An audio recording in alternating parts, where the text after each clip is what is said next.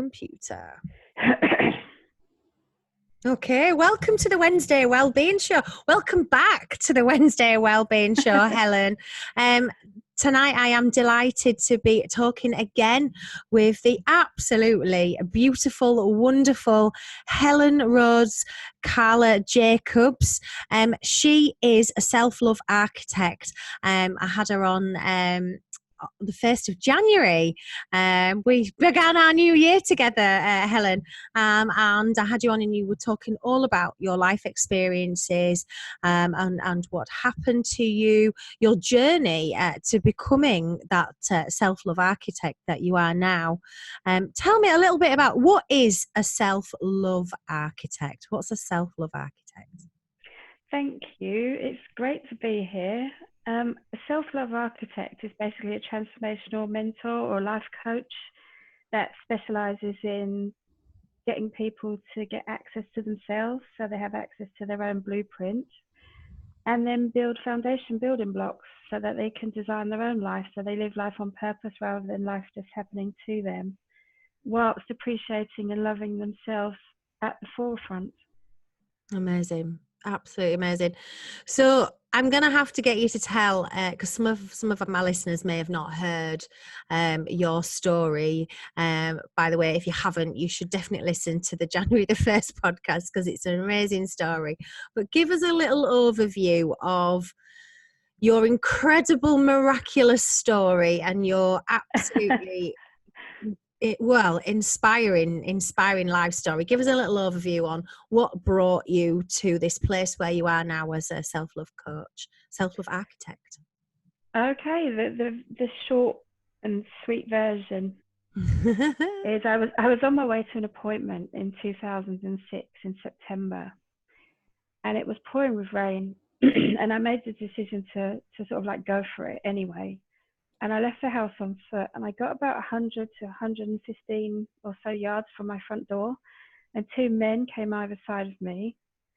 And I didn't think anything of it because I was actually late for an appointment. And so I carried on trying to rush, and they ended up overpowering me and dragging me behind some wheelie bins. There was a wheelie bin store nearby, and it was obscured from the road. And a huge fight broke out where I was trying to defend myself. I was a rather big woman. I was 230 pounds, so 105 kilos heavier than I am now. And I'm also visually impaired because I have albinism. So once in this area and the sheet rain and everything, I couldn't really see anything. And they ended up jumping and stamping all over my abdominal cavity and kicking me and punching me. And I ended up being raped by both of them. And one of them I was still trying to put up quite a vicious fight, really. And one of them had a knife, and it went it plunged into my neck here on the right-hand side, and I actually died at the scene. And it was a policeman saved my life, brought me back to life. I woke up in hospital from that nightmare, and I was pregnant with my 6th youngest child of 18 weeks, and I had no idea that I was already carrying a baby when this happened to me. Oh my goodness. And because like I said, I was a big woman. I had no idea I was pregnant. And I was also paralyzed for the next 7 years and told there was absolutely no hope I'd ever be able to use my body or walk again. So that's the very short version of what happened. So you went through this horrific assault, a sexual assault, attacked, and they left you for dead. You actually died at the scene, and then you were paralyzed, and your abdominal area was completely destroyed. What was life like for you with all of those injuries, having survived such a horrific assault? Well, the pregnancy, like I said, it was my 6th baby. I've had 7 babies. I had a stillborn in 1990 as well. So I've actually had 7 children. So I kind of knew the process of being pregnant, but the general consensus of opinion was my body was so injured. They wanted to terminate. And, to me, the fact that I had died at the scene the fact that I was still pregnant when I woke up from that, there was no way that that was going to happen. I was having this baby, you know, everything about me, every cell in my body, everything was communicating with me that I should have this baby. And so I went through the whole pregnancy unable to be treated for my injuries. They could only give me basic pain relief and patch me up basically because I was most insistent I was having a baby. And yes, it was a gamble. Yes, it was a life risk for myself. But I am extremely pro-life in that regard. And like I said, because I had died at the scene, there was no way that you know, if that pregnancy was supposed to end, it would have ended then. And the fact that the baby was still alive and kicking and swimming about at 18 weeks, oh, it was almost 19 weeks. I think it was 18 weeks and 6 days. He was swimming about, and I saw that on the screen, and there was no way that I was ending that life. Wow. Because I had died. Yes, I had horrific injuries. So I carried him to term. In fact, he was actually overdue. And so it was a horrific experience, because when I went into the delivery theatre to have anaesthetic, to be cut open, to have him taken out, I was absolutely terrified because of the whole not being in control of the situation. As it is, I wasn't in control of my body. I didn't have a clue what day it was. There was nothing. All I knew was I was having a baby. That was all I knew. I didn't even know what month it was, what day, anything. Goodness. And so I actually went into labour at first, and your body does labour automatically, whether you're involved or not. So my body was having contractions, and it was actually pushing and having contractions, and all sorts of things was going on. And my brain was aware that something was happening. Oh, but I couldn't feel anything. No. So it got to the point where they realized that the cervix was opening from the wrong way round. It was opening from the outside, not the inside. And so they had to do an emergency cesarean. And so when they were inserting the needles and everything, I kind of was in quite toxic shock at this point, because of the drugs had made my jaw vibrate really viciously. And I still held on. I still actually stayed awake to see this child being lifted out of my abdomen. Wow. And hearing him take his first breaths and cry. And that kind of gave me, I wouldn't say it gave me the will to live, because I already had that. Yeah. It gave me the push to not accept the status quo or what anyone was saying to me, because while I was in labour, my brain knew there was something going on. I was aware. It was me that alerted people to the fact that there was something going on, even though technically they said I was paralysed and I couldn't feel anything. And I genuinely couldn't feel it physically. My brain was receiving signals. And because I'd had children before, I knew what those signals were. So I didn't actually accept this paralysed diagnosis because of this labour. So they say that, everything happens for a reason. Yes, when people started saying that to me, I was absolutely furious. However, I'm so thankful now in this moment. I'm so thankful for every experience that I've ever had, including that one, and including the delivery, and including all the things that have happened in between. Because whilst it was a horrendous experience, being alone in your bed, horizontal, listening to your newborn baby, listening to your family growing in other rooms of the house or in other parts of the house, or even in the garden or outside, is quite soul destroying. But I'm not going to lie, I was completely devastated, and it was very, very, very soul destroying to get through, listening to them growing up, people telling you you're never going to be able to join in, you're never going to be able to feel, you just might as well get used to it, because this is going to be your life. I never accepted that this wasn't going to be my life. And so I'm thankful for those experiences, because now the solid strength that I have, faith I have in myself, is unrivaled. There isn't a single situation that could come forward. So even after I recovered from those injuries, and I did become walking, and I did become upright, dancing, doing martial arts, all the things that I do. Yeah. Even after all of that, and they said, they'd missed that my cells had started to form terminal cancer. So even after all of that, it made cancer look like a paper cut on my finger. Can you imagine?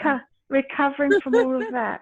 And actually, incidentally, today is day 2000 since they told me in no uncertain terms I had rapidly advanced stage 4 non-Hodgkin's lymphoma and I'd be dead within 100 days.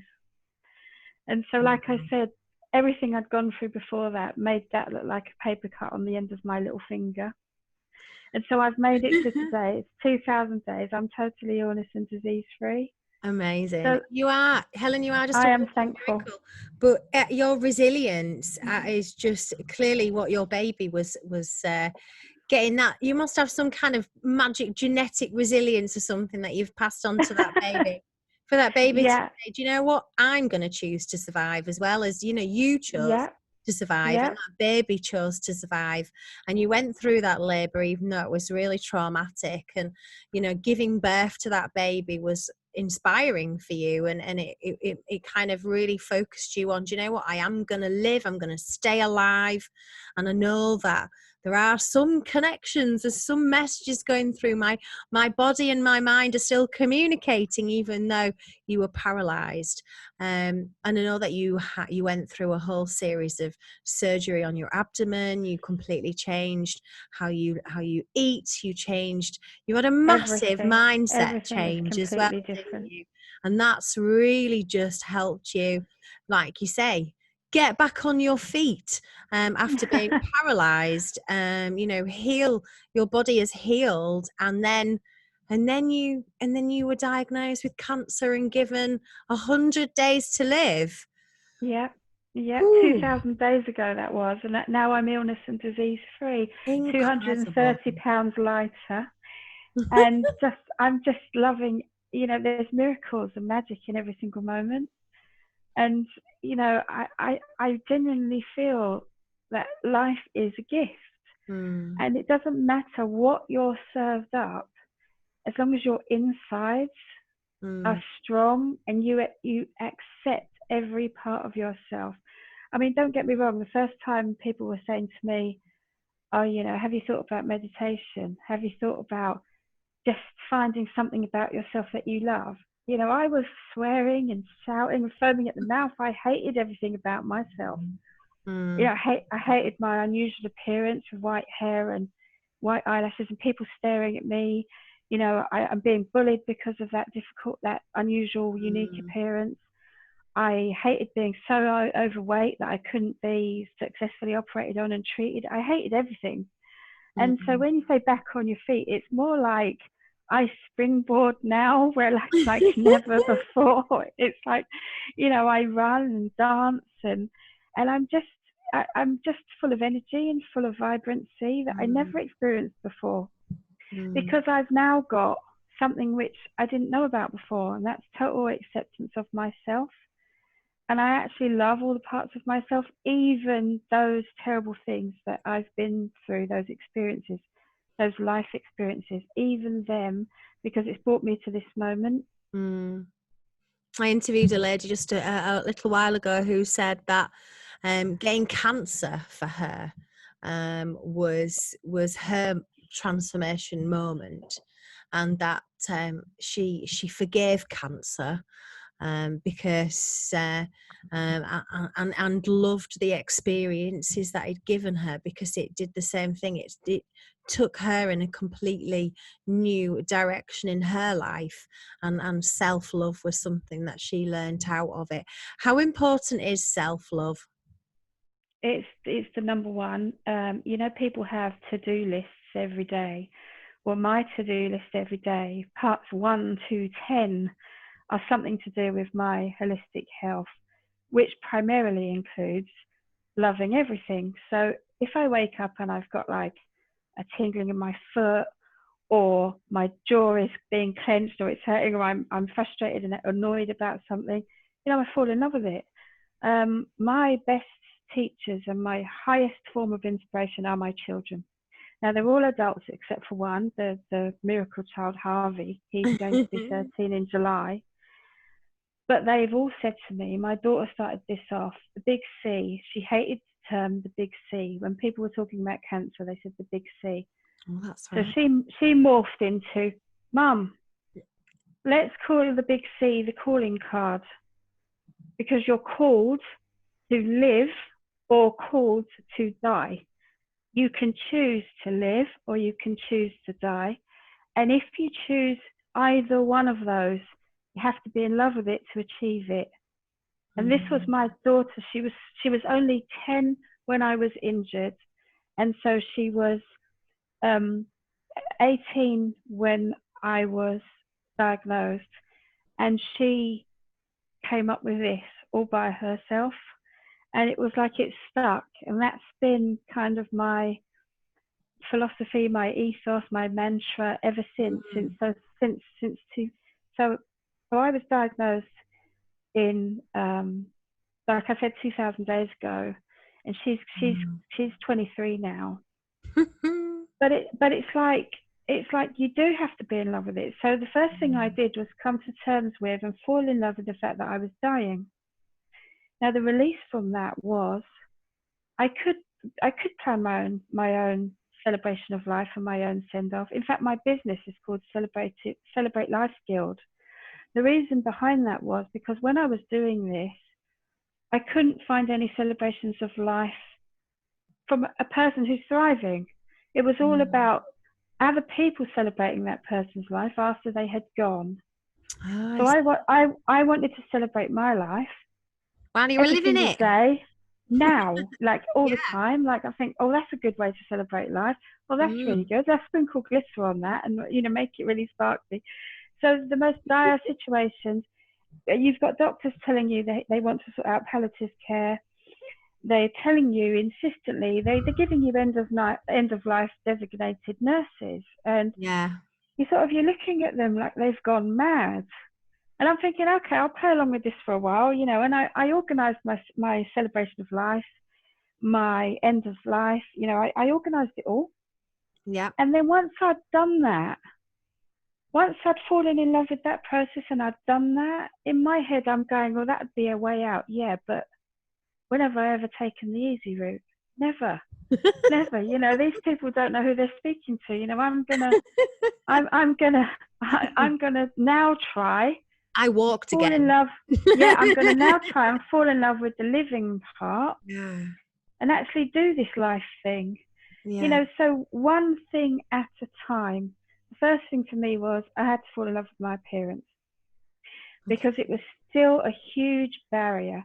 So I'd gone through this whole childhood of being ridiculed, bullied, childhood abuse, all kinds of things like big traumatic experiences, exclusion. Because of your appearance. Because I have albinism, yes. I was born with the condition, which means I don't have any pigment. That's it. I haven't got two heads. I don't have green blood, although, it's debatable whether I'm completely psychotic and crazy, but, but, I have magical powers, obviously. But yeah, it has been a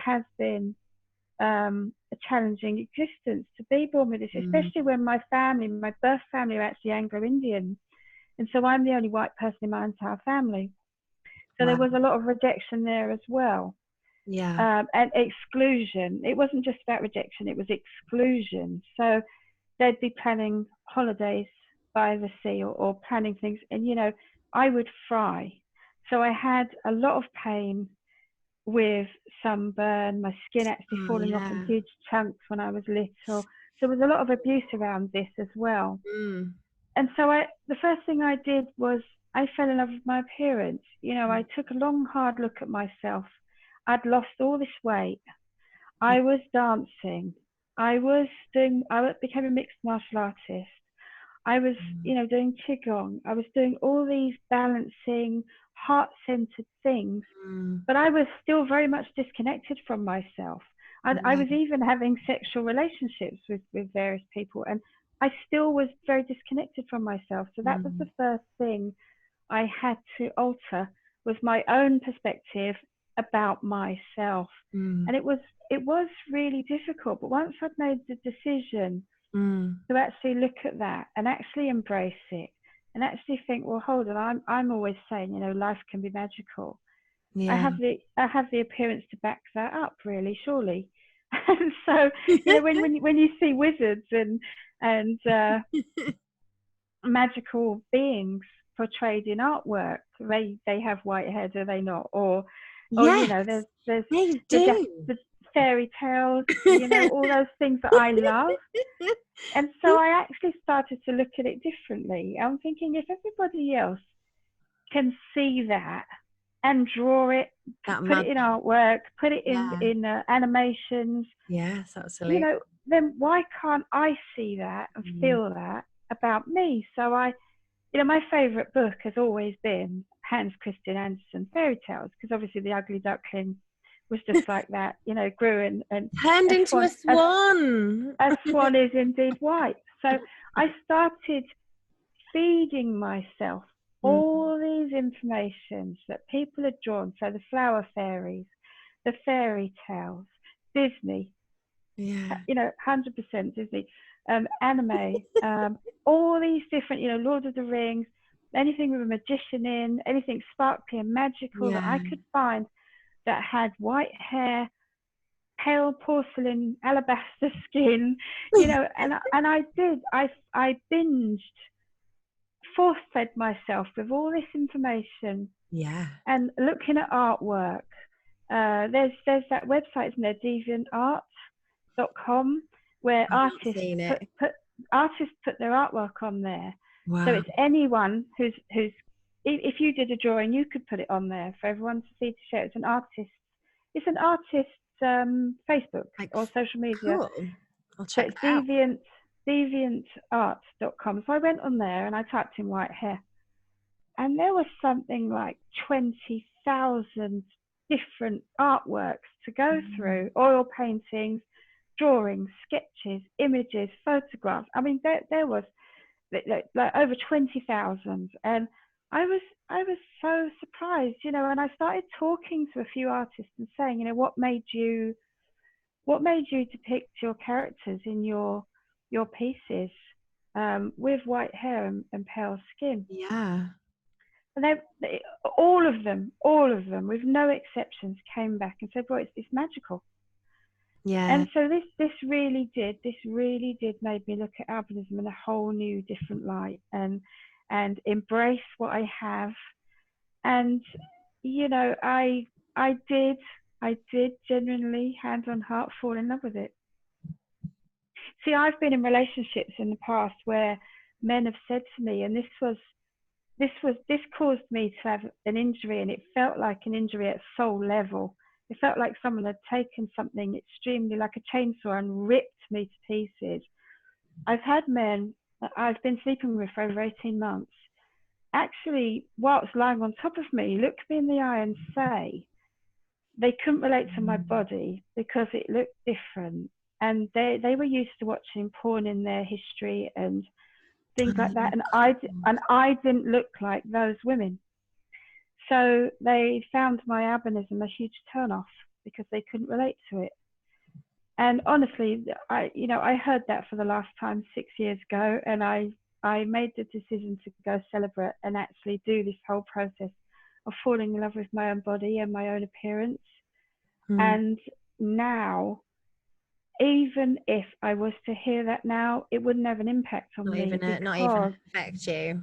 No, because I've changed my whole energy, my whole essence, my whole vibrational output, input, my frequency, everything around it is totally different. See, as a self-love architect, I teach on a fairly consistent basis, and I've inspired thousands of people around the world now to not absorb. It's only important what you hold inside of yourself. And so therefore, if you're holding inside of yourself this self-loathing, this self-destructive kind of attitude like I was, you will attract more of the same. If you're in love with every cell of your being, every fiber of your being, then you will attract that. And Yeah. so this is basically where I'm at right now. Yes, I've been celibate for 6 years. I had an almost relationship recently, but it just wasn't for me. Yeah. He started to say the line about being, he was questioning himself whether he was attracted to my body or not. And I immediately, plus he had a whole lot of fear around I was like, coronavirus. look, And right, I don't have, I don't have the fear about magical anything. woman here.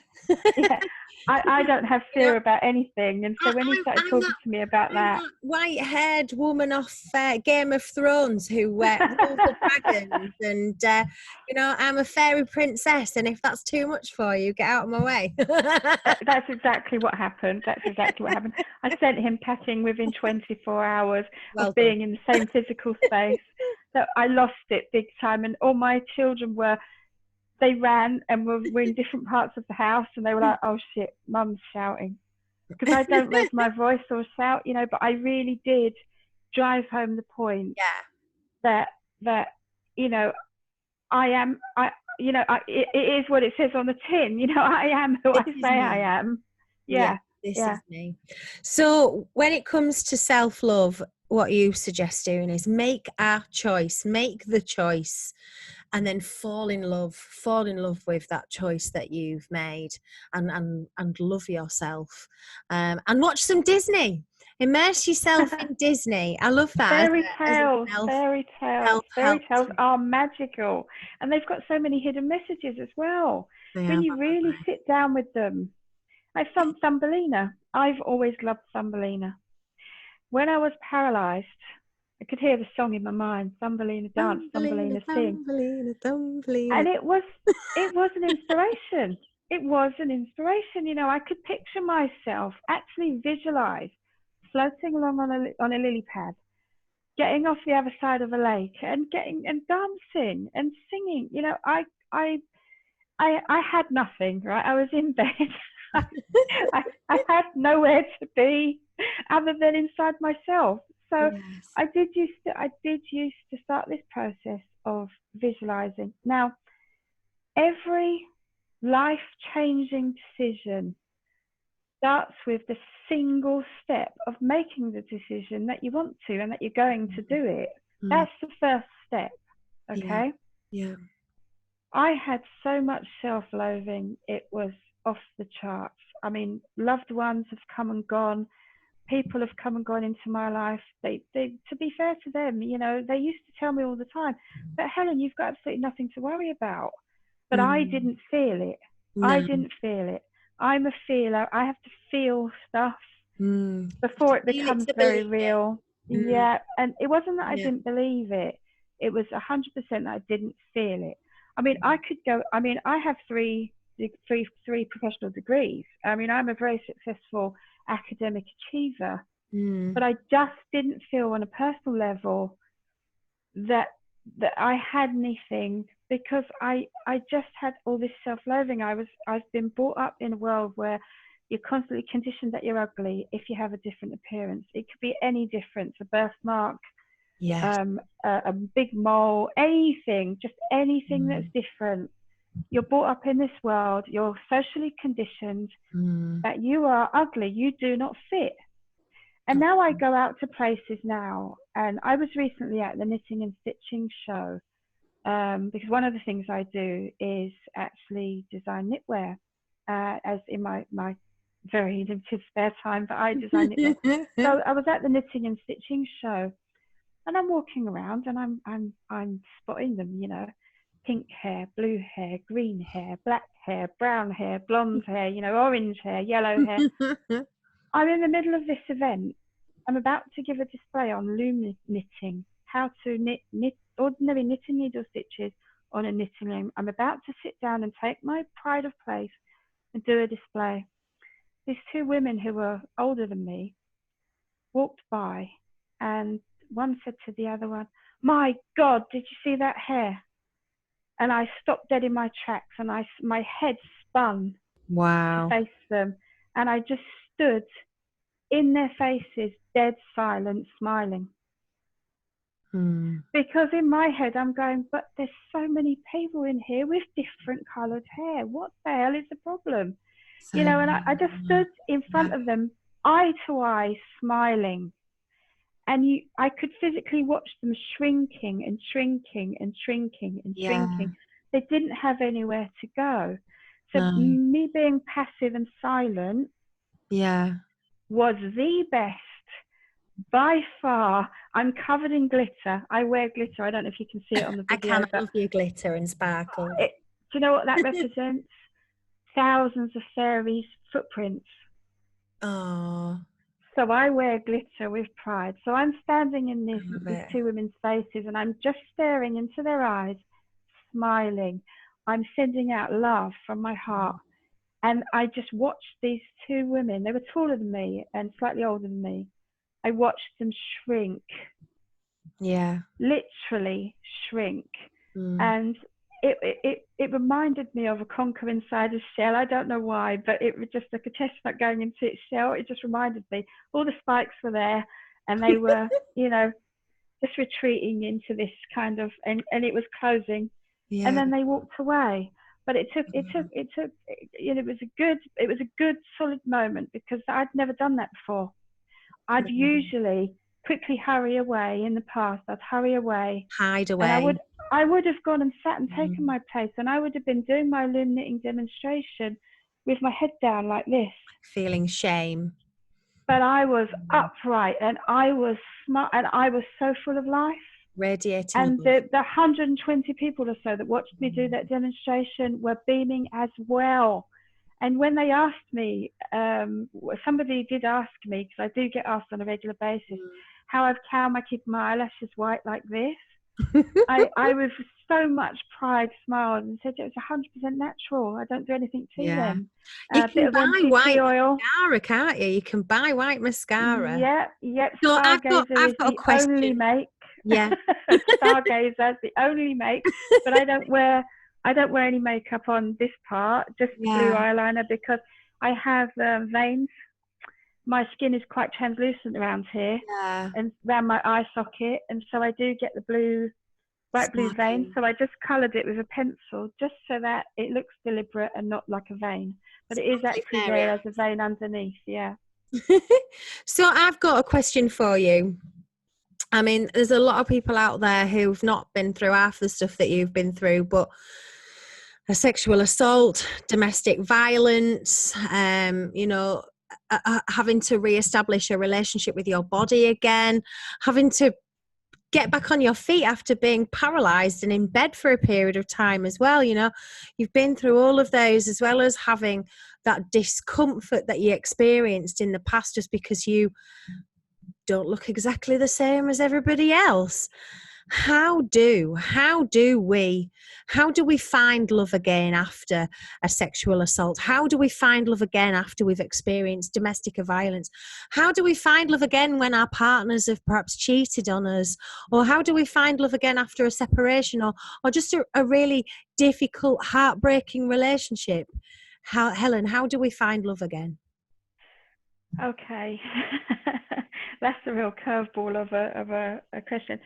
The simple answer is you are a reflection, and other people are a reflection to you. So every person you meet represents and reflects an element of you back to you. So in order to find love first, 100% you need to find it within you first. And once you are operating at a certain level of frequency, which dictates that you do love all the areas of yourself, because a lot of people talk about, oh, I have shadows, or I have dark areas, or that I have a dark side. You know, rubbish. There's only one you. You've got to bring it all together, and you've got to turn it into a whole. So you become a whole, your mind, soul, body, spirit, and everything, and all your physical attributes, they all line up. They're all connected. Then you will attract your reflection. So when you put a lot of work, because I mean, I have routines. They're not cast in stone, but they are my life path. I do these things automatically every single day. So I feed myself correctly. I understand that food is not treats. Food is not, my relationship to food is fuel for my body. I need different foods at different times of the month. And I put intentions into water and all the fluids that I drink. So I tell it sounds crazy. It sounds really woo-woo, but this is traditionally why people have said grace for centuries. Yeah. You put in the intention into the food and drink. Yeah, you put the intention into the food and drink that is going to enhance you, and you consume it and you become enhanced.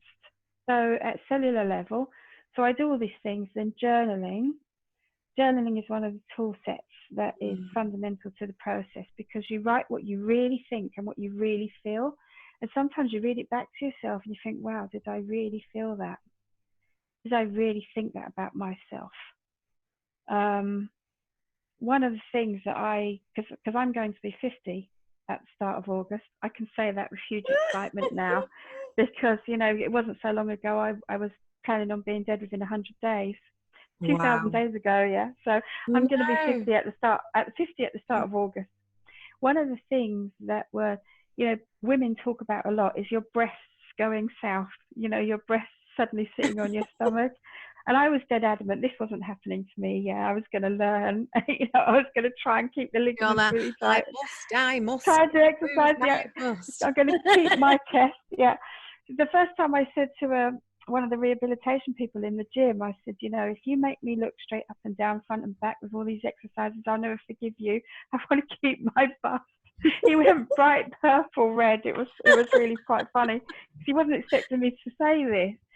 But that was one of the things that was really important to me. It was important to me to still be a curvy woman. I mean, I've been huge my whole adult life, and now I'm like size 10, 10 to 12. So like 10 on the bottom, 12 on the top. But because my bust is of a larger size, and I'm not in my 20s, it does droop.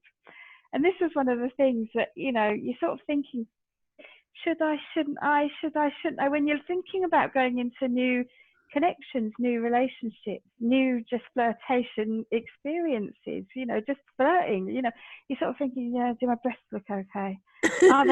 Are they on my stomach? That is one of the things that us girls do think about, and it's like, am I growing a beard? Like, there's all these things, like, I mean, trust me, I get so many hairs on the bottom half of my face. I've considered growing a wizard's beard, and it would only take about a month to get a generous point going. but there's all these things, like paranoia runs through your mind. Like, why would anyone be interested in me? I've got sagging breasts, and I've got hairy chin. Yeah. And there's all sorts of other things. Like, one lady recently said to me, yeah, but as I've got older, I've developed a gap in my teeth. And I was like, where? Majority of the time, these things are in your head. They are real. Yeah. But you exaggerate them in your mind. Your mind blows them up out of all proportion. It's like, I have nystagmus, which is involuntary movement of the eyes. So I never used to make eye contact with anyone, especially men. So you can imagine being in bed, I was always the let's turn the light off kind of thing, because I didn't want to look into their eyes or anything, because my eyes would be wobbling backwards and forwards. And now I kind of feel like these unique points are what make me me. I wouldn't want them any other way. But before, I wouldn't look at men. So you're asking, how does one find love? 100%. You find it in yourself first. How can you possibly share a loving experience if you don't know what that is? I mean, I never knew. I've had relationships in the past, but I was so disconnected. But at the time, I felt like I was having a great time. But looking back on them now and assessing them now as the me that I am now, I know that I was 100% disconnected from my genitals, disconnected from my heart, disconnected from my mind, disconnected from everything. Although I gave a good performance in being fully present in the moment and fully there. But honestly, now I know myself so well, and I have given myself this time to actually be in love with myself. I'm now ready to be up close and personal with the right person. But it's taken serious amount of work. So meditation, feeling myself, masturbation even. I know people don't like to talk about that, but 100% being sexually assaulted, being raped, being abused as a child, you become disconnected from your genitals. Now, I didn't realize this until recently. Very recently, I realized, oh wow,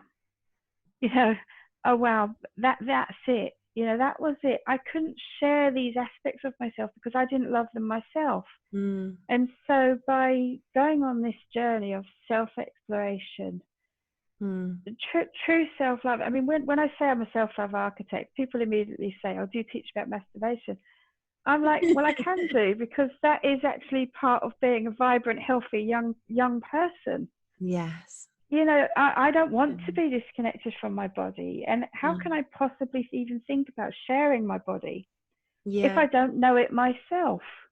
So what you're saying is the first steps really in kind of like finding love again after that painful relationship is to embrace yourself as a whole being, warts and all, beards everything, and weirdness and crazy hairdos and all of the things that we feel uncomfortable with, embracing all of those things and just loving ourselves.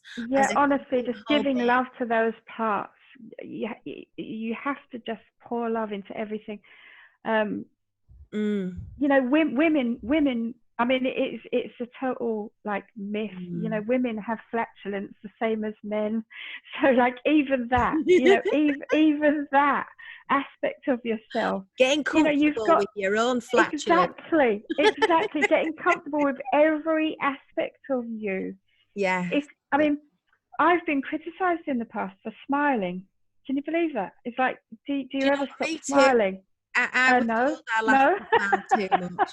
I was like, okay. My ex-husband used to say to me, do you have to smile about everything? I mean, all yes, the time. actually. Stop smiling. Stop being so happy. So it's like those things go in, and they go in deep. So when you're alone, the most intimate relationship you are ever going to have is with yourself, because inside your head you can't leave that. You can't divorce yourself. You can't walk out the door and slam the door. You can't slam the phone down, although that's really quite an oxymoron at the moment, isn't it? Because you can't slam a mobile down. You just sort of press a button. You break your phone. And I feel so cheated. I have felt so cheated in the past when I wanted to slam the phone down on someone, and I'm just like, beep, and it's like the call ended. It's not quite so dramatic or exciting. It's not the same thing at all. I used to love slamming down the phone like. But so no, you can't. So you can't do that to yourself. You can't do that to yourself. You can't divorce yourself. You can't walk out the house. You can't walk off.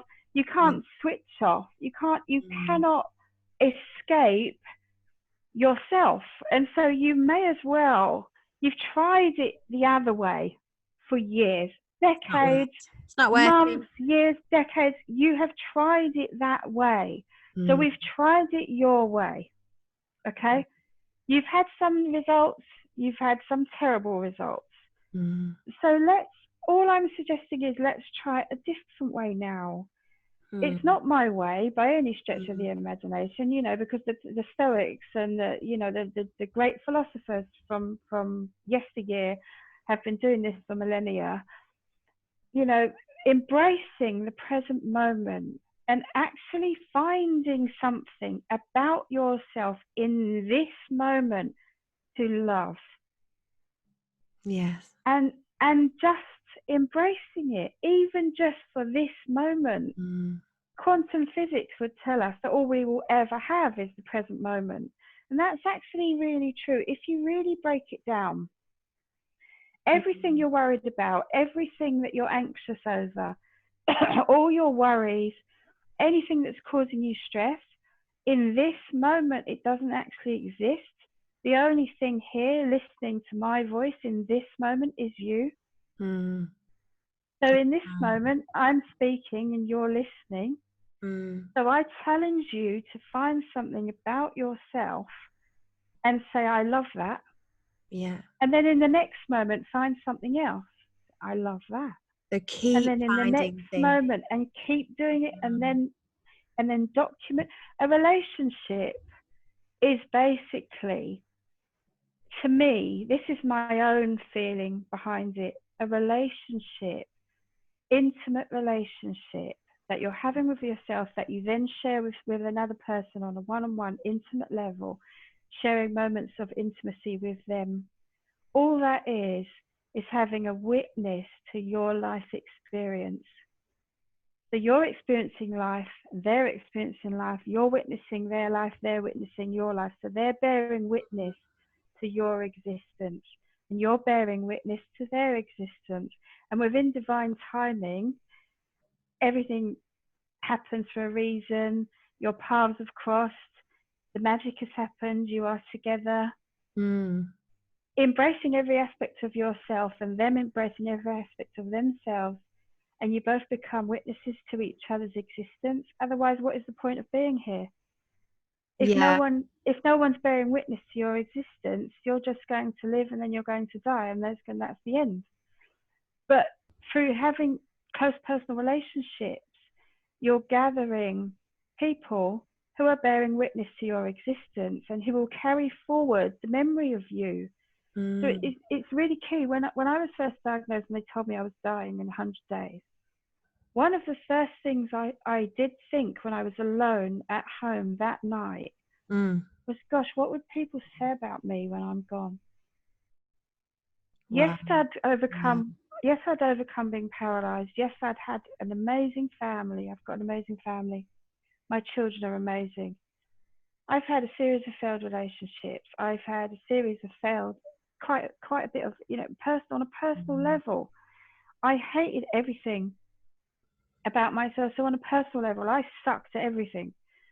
And so what would people have been able to remember about me? When I was a large person, I was grumpy, I was irritated, I was anxious, depressed, selfish, I had agoraphobia. I was just scared of my own shadow, basically. And I Mm. carried that through, and it took over every area of my life, and suddenly I'm lying there thinking, what would people say about me? And I Mm. was started to do an inventory of all these people that had gone before, all these people that had left my life abruptly or that I'd pushed away. Yeah. And I started to think to myself, what would she be able to say about me? What do people Mm. actually really know about me? Do people know Mm. that my favorite color is yellow? Do people know why my favorite color is yellow? Do people know what my favorite flower is? Do Yeah. people know what my favorite perfume is? Do people know the things that are truly, truly, truly deep down important to me? That's right. And I was laying there thinking, who would know that? And Yeah. I could come up with one, maybe two names. And I lay there and I sobbed for about 3 weeks. Mm. Seriously, because I really did. I did this inventory and I thought, I've never shared myself. No. I'd kept myself so hidden away Yeah. based on the teachings, what people had given me. I'm ugly. I don't deserve to be a full red-blooded sexual woman. Mm. I have a different appearance. I'm never going to fit in. I can't walk. I am too fat. I'm too ugly. I'm too big. I'm never going to be able to do this. I'm never going to be able to Mm. do that. I'm visually impaired. And it was all just 4 decades of shit. And it was just all in there. Mm. And I realized that I was being governed by this. Those And we call them self-limiting beliefs, don't we? yeah, They come from the honestly. stories And that we tell ourselves. yeah, one by one, I started to actually think, yeah, but that's not true. Mm. That's not true because of this, and that's not true because of this. And I started to realize, just by questioning it in myself, I Yeah. actually did love all those things about myself. But Yeah. I had become so conditioned to not liking them, not loving them, that I'd forgotten who I really was or who I really am. And so by questioning it mentally in my mind and then with my heart, I did start to realize, oh, hold on. The fact Mm. that I'm questioning it means that I must like it in some way. And then I did start to realize, but I love that. And my hair's doing this really cool thing today. It's sort of like going to the side. And maybe, and things like that, just little things like that. Or my eyelashes are looking really long today. That's pretty cool. Just little things. Being able to grow fingernails because I'm really healthy now is like, I look at them all the time, go, wow, they're not broken yet. I've cut up masses of onions this week and they're still there, things like that, little things. It's all in the little things. That's right. Yeah. So falling in love with every area of yourself. Yeah. Your bad cells, your good cells, your unwanted chin hair, all these things. Like, fall in love with yourself with full acceptance. Yeah, I'm still menstruating every month like a teenager as well. So I fall in love with that too. In the past, you'd say, oh gosh, why did it have to start now? And now I'm like, yes, because like I said, I'm going to be 50 in August. So every time I have a menstruation and it's on time, on the day I'm expecting it, I'm dancing around the room, I'm putting on the Pointer Sisters and I'm so excited and dancing around the room. I'm so excited, or jump, and I'm just over the moon. I'm over the moon with everything. So when it comes to preparing ourselves for romantic love or romantic relationships, if in the past we have been quite badly injured in a relationship, or if we've been through something similar to what you've been through, it's about falling in love with yourself as a whole, but it's about preparing yourself to allow other people to witness you as well, to really see you, to know what your favorite color is, to know what your favorite flower is, to know about all of those bits and pieces of you. I love that idea of prepare yourself to be witnessed, prepare yourself to be seen, love yourself enough to feel confident about being seen. I think that's such a great statement. So obviously self-love is your domain, your forte, your thing. Give me some top tips. Give me your top tips on self. One of the just to go when what you were just saying, it made me think of something really relevant. When you're in a relationship and you're not happy, something that comes up a lot is, he never buys me flowers, or she never buys me flowers, or I never even got a Valentine's card this year, or I just to go out for the evening to the cinema or for a meal or something would be so nice. We've never done that, or we haven't done that in years. Yeah. The thing is, you need to be giving those things to yourself. And so one of the things that I changed fairly rapidly was I take myself out to the cinema. I mean, obviously not at the moment, but I will be as soon as I got first available opportunity. Date night. I take myself out to the cinema. I take myself out to dinner. I buy myself flowers. So I have experience of what those things are really like to do and have. Yeah. Okay. When you're in a relationship and you're unhappy, you have the imagination of what those things would feel like and are like to have. You don't actually have the experience because you're not giving it to yourself. You're just giving yourself the imagination of wanting them. So as soon as you start doing them for yourself, just desiring you it. You realize, is it a pleasurable experience? Do I love this? And if the answers are yes, you carry on doing them. If the answer's no, you change it. I mean, you might be one of those people that have to get on a pair of roller skates and go hurtling downhill at 8 miles an hour or whatever it is. You might be one of those people that needs adrenaline that way. But at the end of the day, when you're in a situation and you're not happy, so you're in your life now and you're not very happy, you imagine what things would be like if somebody came along and gave you a bunch of flowers, let's say, or a nice plant, or a nice tree to plant in the garden or something. You imagine what those things would feel like, and you long for them. That's okay? Right. Yeah. So going out and actually, or you don't even have to go out these days. You can just order online. Yeah. Order yourself that bouquet of flowers. to see how it feels when they arrive. Right, get the card written out to you from you as well. So it might be something like, "Dear Helen, thought these would put a smile on your face. I love you," Nice. and 3 kisses, and send the flowers with the little card attached. So when you get the knock on the door and you open the door and they're delivered, or you've bought them in a florist, you have the actual experience, not the illusion, not the imagination. You have the actual experience as to what it's like to have these beautiful things in your life. And then you will attract more beautiful things into your life because you will be orchestrating them. Does that make sense? Yeah, absolutely. Yeah. It's my birthday this week, so I'm going to buy myself some flowers now. You said that. I love What flowers. day is your birthday? It's Wednesday this week. Oh, Which is wow. perfect because it's Wellbeing Wednesday. Wellbeing Wednesday. Every day is Wellbeing Day. Every day is a So Wellbeing day. that's one of the tools Yeah. that's one of the tools that I inspire. So the other one being, you've got to fall in love with areas of yourself. Now, how do you fall in love with areas of yourself? Now, when I was taking a long, hard look at myself, my weight was a ginormous problem. I mean, I was clocking up 28 stone at one point, and I took size 32 to 34.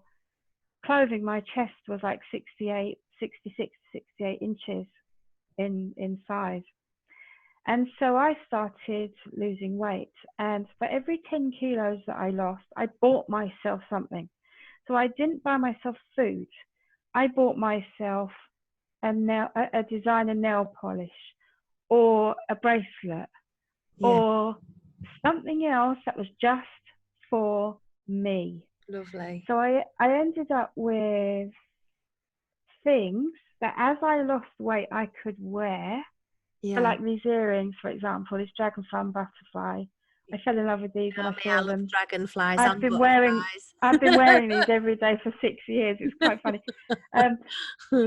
Honestly, rings, Yeah. anything, just anything that is special. So I started buying watercolor paints and Yeah. canvases, and doing my own designs. Ink pencils, that have got ink inside. Things like this that I wouldn't normally buy because I'd be worried about the cost. So That's instead right. of buying food, I replaced the overeating and food and binge eating and stuff like that. I replaced it with all these things to bring beauty into my life. I love that. So I could draw flowers. I can journal. I can do. So I'm actually giving a live presentation this Friday as part of International Speakers Week, because number one question that I have been asked over the last 6 weeks is, yes, but what does meditation mean? It's no point just saying to someone that you need to meditate on it. You need to develop a practice of meditation, because unless you're a monk and a certain type of spiritual meditation practice is part of your everyday life, there are so many meanings to the word meditation. Absolutely. So I'm giving a presentation this week. It's going to be live on Facebook on Friday night at 9:30. But basically, it's not going to be a meditation. It's going to be about what meditation means to me personally, and how I've used it in my own life to overcome things. So I might think of something beautiful that I want in my life, and I focus all my attention and all my energy on this one thing, Right. even if it's just for 1 minute. Okay. It could be 10, could be 20, could be 30, or it could just be one. It could just be one. I hear people saying a lot they don't have time to meditate. You can meditation is simply focusing your awareness on something. So you're doing this with your thoughts at the moment are all expanded. They're all going outwards like this, radiating out from your mind. Everywhere. Yep. Thinking about all different things. Narrow it down to just one. Just focusing. And focus on just one. If your goal is emptying your mind of every single thought, we'll talk about this in 100 years from now. Because whilst that is possible through meditative, repetitive actions, whilst that is possible to achieve, majority of us are going to have a thought. I mean, how many times have you been in a relationship you weren't happy in, and you'll be in bed, you'll be going through the sexual motions, and you'll be thinking of your shopping list that you're going to write Like, when you finish, what's for tea? when you finished in bed. Yeah. Or you'll be thinking, oh God, I forgot to do this earlier. Oh, you know, you just hurry up and get it over with. You just want to finish. I need to get on with stuff. Exactly. So if you can't empty your mind during those moments, what on earth makes you think you're going to empty it by trying to sit still and trying to like, I've got to empty my mind. I've got to empty my mind. I've got to empty my mind. It's just not going to happen for you, is it? No. So narrowing your thoughts down to just one moment is going to be key. Yeah, it's going to be key it's going to be key to being in control of your cluttered thoughts. To me, that's what meditation is. It's just taking control of your cluttered thoughts. And what it gives you an empty basement. So where you've been filing things in all these filing cabinets and storing them in the basement for years, decades, months, whatever, you suddenly have all this empty space because you're able to just hone in on just one. Yeah, I love it. So by teaching this, so you journal the whole experience. You've got your meditation. You've got your holistic health.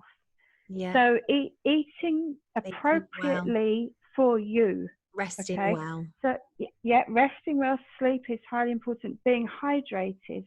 Drinking enough fluids. Talking to yourself. Your inner dialogue. What are you telling yourself? Are you telling yourself, I am beautiful, I am strong, I am radiant, I am free, I use my free will completely? Or are you telling yourself, I am ugly, I'm fed up, I'm so tired, I've got no energy? Or are you telling yourself, I'm full of vibrancy, I'm full of energy, I'm full of life, life is just oozing out of every pore? You know, it's the inner language, the inner dialogue. So you have all these things, and it goes 1 to 10 every day. So I make myself a morning tonic as well, which might be, you know, lemon, Himalayan salt, water, or I might include something in that. Like I started using pearl powder, which is natural pearls. It's a very ancient healing remedy. So nano pearl powder. It's crushed pearls in a white powder form, and you just put in a pinch. But it's so powerful, boosting the immune system, makes your skin and everything radiant. It's just amazing. So, and then there's the dragon fruit. I might include dragon fruit powder in.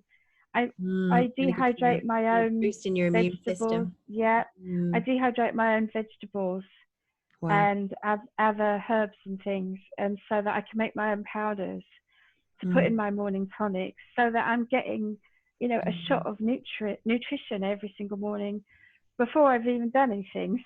So I've got and then you've got exercise.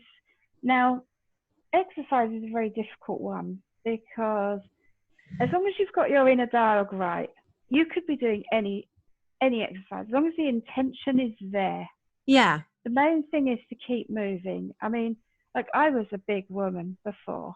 And so, you know, loose skin was something that could have been quite soul destroying for me to carry. But every time I do exercise, I put the intention in, right, today my skin's going to shrink a bit more. You know, my skin's going to shrink a bit more. If you saw my naked body now, you would never know that I've lost 230 pounds, because I'm constantly giving love to my skin, and I'm constantly saying to my skin, right, we're going to, so whatever exercise I'm doing, whatever it is, I could just be sitting on this chair and reaching up in the air like this, and thinking, oh, this is going to shrink my arms. Raising my arms above my head and down, this is going to shrink my arms. And do you know what? You know, I hardly have any loose skin because of that. Amazing. And there was so many doctors that said, oh, we need to operate, we need to pull your skin in. And you know, the operation was so barbaric, I was absolutely horrified. They basically wanted to cut all the way down the back and lift it up, and then cut across the middle. Wish it all together. So they would have a zip down the middle and a zip like a cross. Zip you up. lift and pull the two sides together, lift and pull the two sides together on the lower half, and then do the same to the front. And then they'd have to put fake nipples on my breasts because I would have lost them.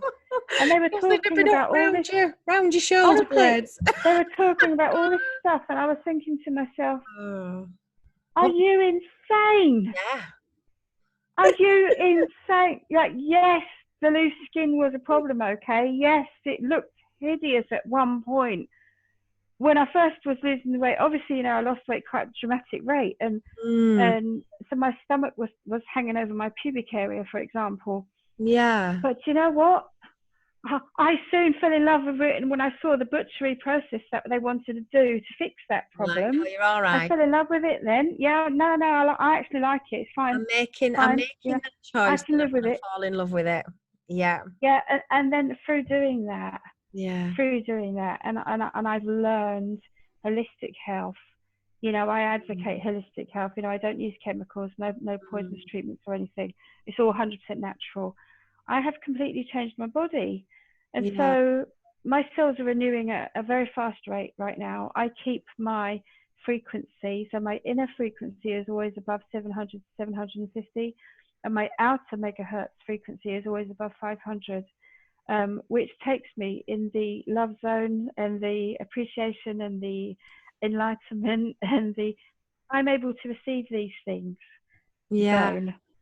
I know we're learning a lot more about waves of energy, any energy waves. I had a sound healer on a couple of months ago. We were talking about the sound waves. Obviously, I teach clinical hypnotherapy at the Northern College of Clinical Hypnotherapy, and we talk a lot about brain waves and about where are the best brain waves to be in for healing.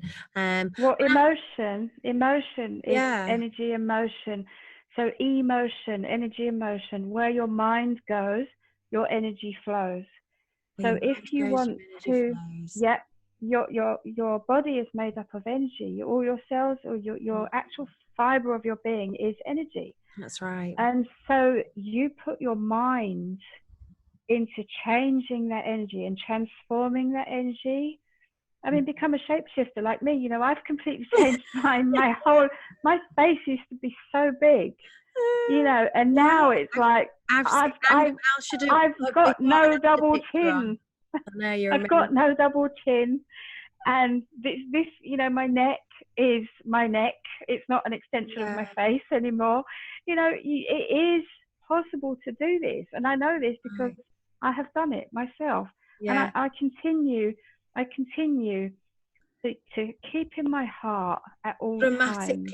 Dramatically changing your body using the power of your mind and the power of self-love. Your frequency, the frequencies that you're giving yourself. If you're it's all about energy, right? If you want to be fit and healthy, and you're laying on the sofa and you're binge watching things on Netflix that lower your vibrations, or television, and you're getting spoon-fed advertising, and you're watching the news, all these things are designed to lower your vibrations. That's right. Are you going to be fit and healthy by repeating this practice of lying on the sofa and just dreaming about being healthy? Probably not. You probably because you're giving yourself, all you're doing is giving yourself this lower vibrational lifestyle. Yeah. If you set your alarm clock and you get up half an hour earlier and you jump out of bed. Now, I did advise someone to do this the other day, and I know it works because this is one of the things I've done myself. I told a lady who was struggling with her weight mentally. She's struggling with her weight mentally. I personally don't think she's got that much of a problem with her body, but mentally she thinks she has. Yeah. So I've told this client to wake up half an hour earlier every morning, set her alarm half an hour earlier. The first thing she does when she gets up, she said, is puts her feet on the floor and then she goes to the toilet. She walks to the toilet. So I have told her to go to the toilet and stand up. And before she flushes the toilet, she must put her hands on the wall and do push-ups against the wall for the count of 10, and then flush the toilet and leave the room and go and sit back down. I've just this one thing I advised her. Just a small little thing, but it's a start. So basically she did this, and on the 4th day she came back to me and she said, "Can you tell us another one?" The excitement in her voice was unreal. Compared to a few days before, she was like, oh, you know, I probably sounded like I'd lost my mind telling her to do this. Do not flush the toilet no matter what you've done in there. Do not flush the toilet until you've done these 10 push-ups against the wall with your whole body weight going on your arms. Just fall against the wall keep your body completely straight, fall against the wall and raise yourself off the wall with your arms and do it again. Repeat for 10 times. You're not allowed to flush the toilet until you've done this 10 times. And then flush the toilet and leave the room and carry on what you normally do. And what she normally would do is go back into her bedroom and sit down, pick up her phone, go on social media and do all these things. On the 4th day, I kid you not, she called with such excitement. Can you give me another one? Can you give me another one? I don't want to go back in my room and sit on my bed and pick up social media. I want to do something else straight afterwards. Amazing. And so the mindset shift, it just took her, I'm pretty sure it only took her 1 day, but she was in 2 days of disbelief. And then the 4th day she phoned. You know, it was rapid. It was a very quick transformation to one of being sitting on your ass, going on social media, majority of the times that she'd sat down, eating in between, watching television, catching up on the news. You know, she had to know what was going on. She went from that to getting up in the morning, going to the toilet, doing 10 push-ups on the wall, flushing the toilet, walking her back in her room and thinking, what can I do now? What can I do now? I don't want to sit down. I want to do something now. You know, I think I'll have to call Helen and ask her, what can I add? What's next? And now she's up to a morning routine of 45 minutes. Amazing. Just in the space of 2 weeks. In the last 2 weeks, she's now got a morning routine that lasts 45 minutes. And I'm fairly certain next week I'm going to have to give her stuff to do in the next hour. So like the journaling, the sitting down and clearing your mind and allowing this adrenaline to flow through every cell of your body. You know, but she's now already in a very short space of time in love with her efforts. Amazing. And it's just such a beautiful thing to witness. Make a choice, fall in love with it, have full acceptance of yourself, reconnect with your body, do some meditation. And so she's looking what's next for you, Helen? What's next? Oh my gosh. Because you've got a book that's coming out. It depends on your perspective, is my book. Yeah, I'm a public figure, so I speak on stage from time to time, and I really do like it. You know, the odd bit of TV work and, you know, shows like this, I love doing these. So I've got Speakers Week Live out on Friday. That's in the Niche Marketing Hero Facebook group. Great. My book, It Depends on Your Perspective, my big book of knowledge, has been published, but because of the current situation, you know, there's a bit of a delay on getting it out. Everything's ground to a halt.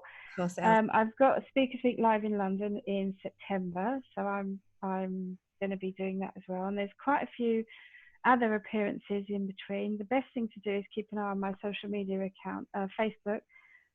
You can visit my website. It's celebratelifeguild.global, and I have links to all my social media on there. I'm going to pop that on the podcast as well for you. Helen, thank you so much for coming on today. I love it when you come on. You are so inspirational. What I love is that the advice that you give is it's doable, it's accessible, it's easy. We can all do it, and it doesn't cost us anything. Well, you know, I do run workshops. I do run workshops for this, and you know, it's a labor of love for me. It's not even work. It's not even, you know, it's anything, because just witnessing people falling in love with even one tiny area of themselves, it's a magical thing. And if I can touch just one person, it's not a competition. You know, my experiences are extreme, to be fair, but everybody's experience of life is relevant and very valid. And it's finding acceptance in that, and in that minefield of craziness. And if you can find something about yourself to love in this moment, and then build on it, and pretty soon, you know, you will be in the perfect relationship for you, you'll have abundance of love flowing through your life like I do, because you're giving that to yourself first, and it's spilling out into every area of your life. And so living your life by your own design is what I inspire, is what I do. So I run workshops, I do one-to-one mentoring as well occasionally. So yeah, there's a whole host of ways that you can achieve this, and I really do encourage you to be fully present in the moment and fully appreciate this moment, and do something your future self will thank you for. Just by getting to know even one tiny area of yourself, it's life changing. It really, truly is. Oh, Helen, thank you very much. And thank you everybody for listening or watching to my interview today. And I wish you all a wonderful, wonderful week of well-being.